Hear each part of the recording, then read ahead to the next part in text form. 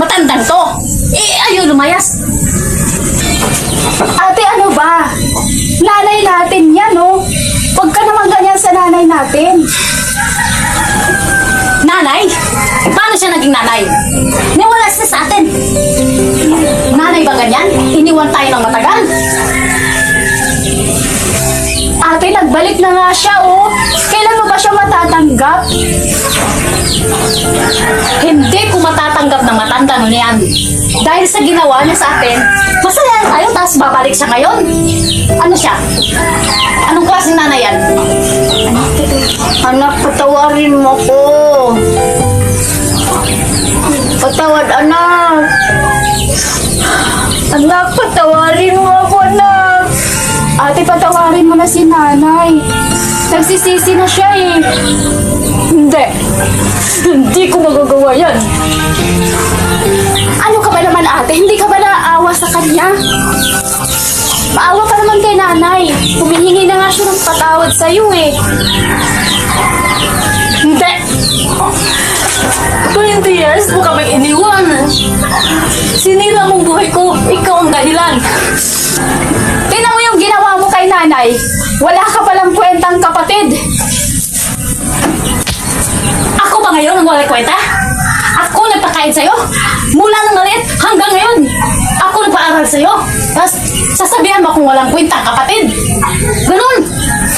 Oo, ate, ikaw na nga napakain sa akin. Pero hindi sapat para sagot-sagutin mo lang ng ganun-ganun lang si nanay. Hindi niya deserve yun, ate. Nanay pa rin natin siya. Wala siyang kwentang nanay. Alam mo ba yon? Iniwan tayo ng matagal. Alam mo ba yon? Nasira ang buhay natin nang dahil sa kanya. Pinagkatiwala tayo sa bago niyang kasama. Tapos ngayon, anong nangyari? Ano? Nak, hindi ko alam. Patawarin mo ako, nak. Hindi ko kasi alam yung ginagawa ng asawa ko sa'yo. Sorry, anak. Matagal kasi ako hindi rin nakauwi dahil nakulong ako doon sa Saudi.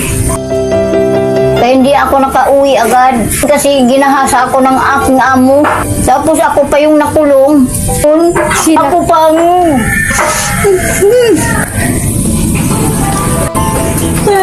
Siya ang dahilan. Bakit nagalit-galit sa buhay ko?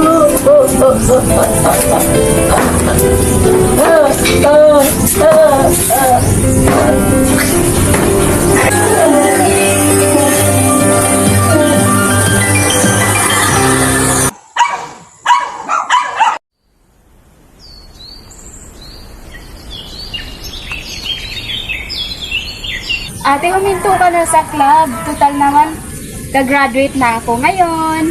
Salamat. Oo nga pala, oo nga. Oo nga pala. Malapit ka na pala mag-graduate, no?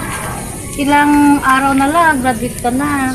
Opo, ate. Tapos ngayon, ako na naman ang magpapakain sa inyo. Ako na bahala.